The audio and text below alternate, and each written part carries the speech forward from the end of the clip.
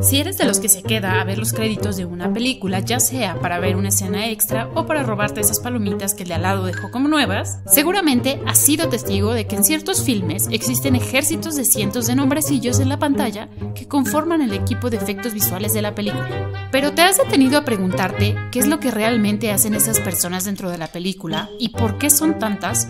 ¿O por qué había una palomita dulce dentro de las saladas? Me desvié. El punto es que cada vez es más común hablar de los efectos de una película, porque cada vez están más presentes y son más importantes.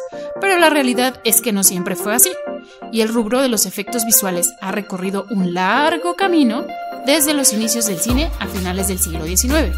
Pero descuida, a continuación te presentaremos un breve resumen de los momentos clave que cambiaron para siempre los efectos visuales en el cine. Sin embargo, antes de empezar, es necesario hacer la aclaración de que los efectos visuales son diferentes de los efectos especiales, y aunque es común confundirlos, la diferencia es muy sencilla. Los visuales, o VFX, se refieren a aquellas técnicas empleadas en postproducción para alterar la imagen que vemos, mientras que los efectos especiales son realizados durante el rodaje o la grabación y pueden abarcar cosas como la simulación de un disparo, choques o hasta la aplicación de maquillaje para cambiar el aspecto de alguien. Por ejemplo, esta explosión es un efecto visual y esta otra un efecto específico. Sencillo, ¿no? Ahora sí, venga ese resumen. Magia y stop motion. ¿Recuerdas todo eso que te dijimos sobre la diferencia entre efectos visuales y especiales? Bueno, pues necesitamos que lo olvides, al menos por los siguientes 2 minutos, pero hay una buena razón para ello. A finales de los 1800 y principios de los 1900, los procesos de edición análogos no facilitaban la adición de elementos en postproducción, por lo tanto, los cineastas debían implementar un híbrido entre efectos visuales y especiales.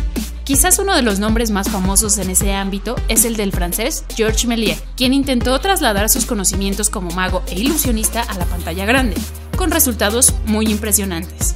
Una de las técnicas más usadas consistía en filmar 2 veces la misma secuencia, pero añadiendo o sustrayendo elementos de la escena. Posteriormente, se hacía una combinación de los fotogramas de ambas cintas para lograr un efecto muy convincente aún para nuestra época. Ese Méliès, prendiendo a la raza desde 1900.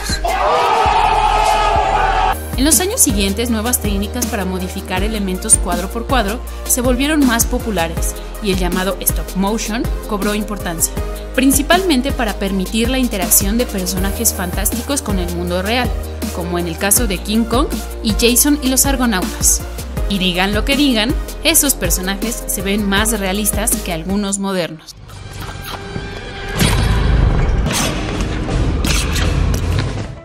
La época de ILM. Varias décadas después, la creación de una empresa sacudía nuevamente el mundo de los efectos visuales en el cine. Su nombre, Industrial Light and Magic. Su fundador, el gordito favorito, George Lucas. La compañía fue creada originalmente para dar vida a los efectos de Star Wars, donde se combinarían técnicas clásicas de stop motion con el uso de gráficos hechos por computadora. La inclusión de la tecnología digital en el cine abrió un mundo de posibilidades para una nueva camada de realizadores, quienes se enamoraron de una nueva y poderosa arma para llevar a cabo efectos visuales dentro de sus películas, el CGI, o Computer Generated Image. Los logros y avances del Industrial Light and Magic otorgaron una enorme influencia directa en la mayoría de los proyectos más revolucionarios del cine de ciencia ficción y fantasía desde los años 80 hasta la fecha. Quizás la única competencia real para la compañía de Lucas en ese momento era Disney, quien llevaba a cabo sus propios esfuerzos dentro del mundo del CGI con el lanzamiento de Tron en 1982. Sin embargo, en 1985 llegó uno de los parteaguas más importantes para ILM, con una breve escena en una pequeña película llamada Young Sherlock Holmes. En dicha escena, la imagen de un caballero en un vitral cobra vida para pelear contra un personaje humano. Esto representó el primer intento exitoso de interacción entre un actor humano y uno 100% virtual, ambos apareciendo a cuadro al mismo tiempo. Fue esta la tecnología que unos años más tarde permitió la realización de Jurassic Park de Steven Spielberg, película que podríamos catalogar como el punto clave de transición hacia los efectos 100% digitales. ¿Será buen momento para mencionar que hicimos una cinegrafía de Spielberg? Bueno, creo que ya lo hice. Uno de los pioneros en el desarrollo de estas tecnologías para Lucasfilms fue un joven artista llamado John Lasseter. ¿Te suena? Si no, espera el siguiente bloque y lo recordarás. Pero podemos adelantarte a que es a partir de ese logro cuando la historia de los VFX se convierte un poco en una telenovela. Pixar se roba los reflectores. En 1986, el joven y visionario Steve Jobs había sido despedido de Apple y estaba buscando en dónde invertir el cambio que traía en la bolsa. Steve quedó impactado con los avances de George Lucas en la industria del CGI y procedió a hacer lo siguiente.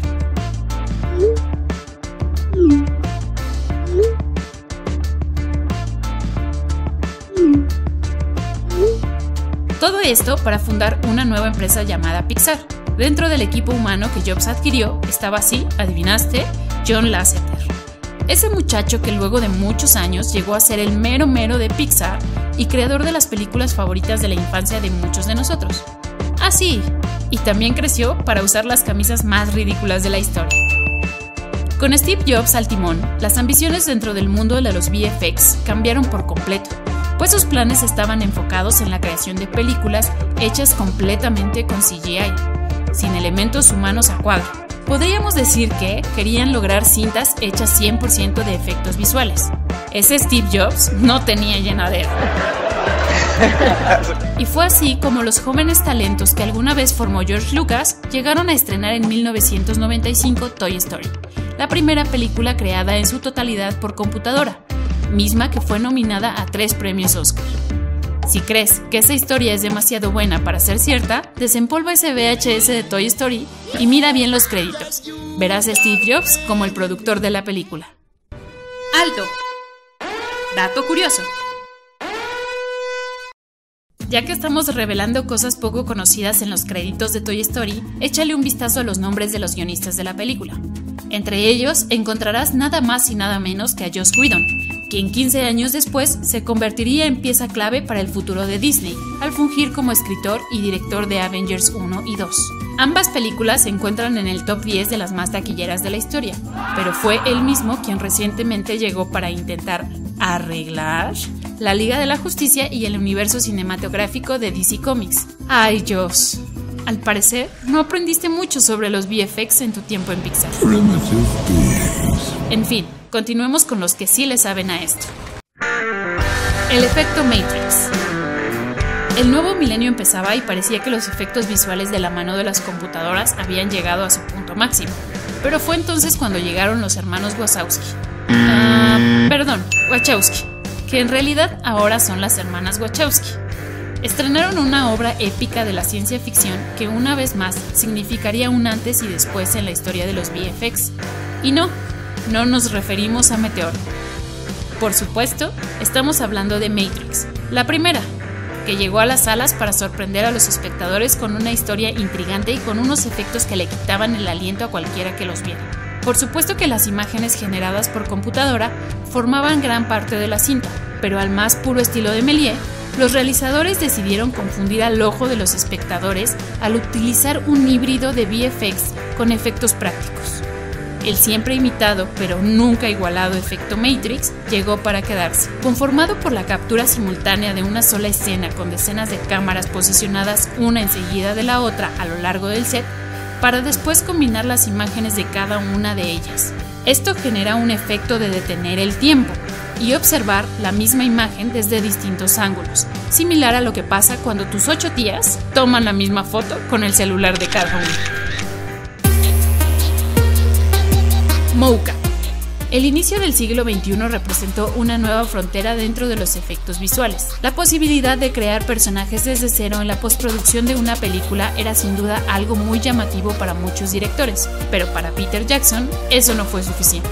El Señor de los Anillos, Las Dos Torres, trajo consigo una nueva oleada de posibilidades al mundo del cine, puesto que fue la primera realmente popular que utilizó la entonces experimental técnica llamada motion capture, en la cual una persona utiliza un traje especial para actuar en un set rodeado de un sistema de cámaras de alta tecnología que registrarían los movimientos del traje para después sustituirlo por un personaje completamente digital. De esta forma, Jackson confió en la convergencia de lo mejor de dos mundos, la interacción real entre actores y las capacidades de crear personajes fantásticos por computadora, misma técnica que una década después James Cameron adoptaría y perfeccionaría para realizar la película más taquillera de todos los tiempos, Avatar. Desde entonces, el mocap ha jugado un papel crucial en muchas de las cintas más importantes de los últimos años, incluso abriendo el espacio para debates sobre si los actores que utilizan el sistema merecen ser nominados a premios o solo los artistas visuales que luego recrean la interpretación. Conclusión: conforme pasan los años, los efectos visuales no han dejado de sorprendernos, y la tecnología avanza a pasos cada vez más grandes, permitiendo a los cineastas explorar nuevos terrenos nunca antes imaginados, como los experimentos de Iñárritu para probar la inclusión de la realidad virtual en el cine, o la clara tendencia a usar el CGI para rejuvenecer actores digitalmente, o incluso revivir a algunos que ya no están con nosotros. El futuro de los efectos visuales en el cine es muy impredecible, pero podemos imaginar que si hace más de un siglo fueron utilizados por primera vez, seguirán siendo usados durante 100 años más.